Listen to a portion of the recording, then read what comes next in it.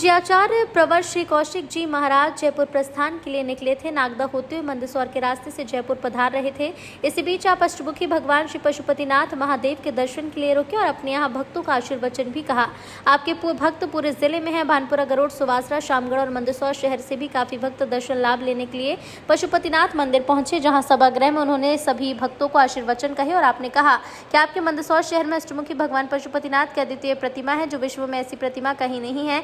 जिस तरह लोगों को वैष्णो देवी जाकर माता के दर्शन करने के बाद जब तक काल भैरव के दर्शन नहीं करते तब तक उनकी यात्रा पूरी नहीं मानी जाती, इस तरह खाटू श्याम के दर्शन करने के बाद जब तक सालासर बालाजी के दर्शन नहीं करते तो यात्रा पूरी नहीं मानी जाती।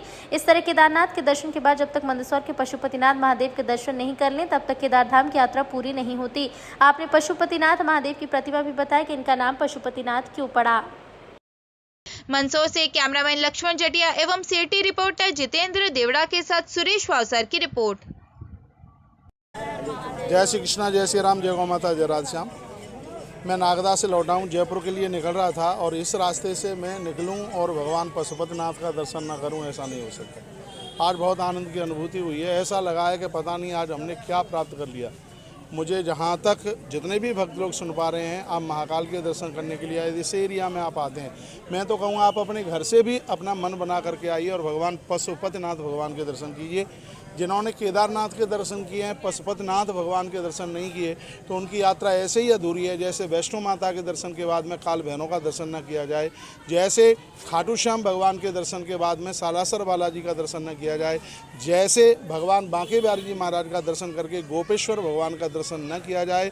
उसी प्रकार से मुझे ऐसा लगता है कि केदारनाथ भगवान के दर्शन करके यदि पशुपतिनाथ भगवान के दर्शन न किए जाएँ तो यात्रा ऐसे ही अधूरी है। बहुत आनंद की अनुभूति हुई है। देखो कितने भक्त लोग चल करके आए हैं। आज संस्कार टीवी के माध्यम से दुनिया के पौने 200 देशों में और आपके चैनल के माध्यम से भी भगवान पशुपतिनाथ की बात लोगों के पास तक पहुंची है। सबसे बड़ी बात यह है कि दुनिया का इकलौता मंदिर है जिसमें अष्टमुख हैं, 8 मुख हैं। पूरी दुनिया का इकलौता मंदिर है। 8 मुख वाले पशुपतिनाथ कहीं नहीं मिलेंगे।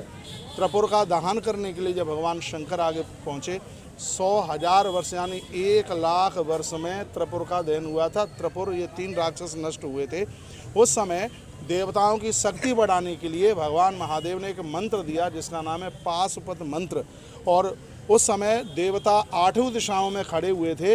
उन 8 दिशाओं में खड़े होने वाले देवताओं के लिए भगवान अष्टमुखी बन गए। वही आज मंदसौर के मंदिर में बैठे हुए हैं। सनातन धर्म के लिए जो पहले था, आज है और कल रहेगा, उसे सनातन धर्म कहते हैं।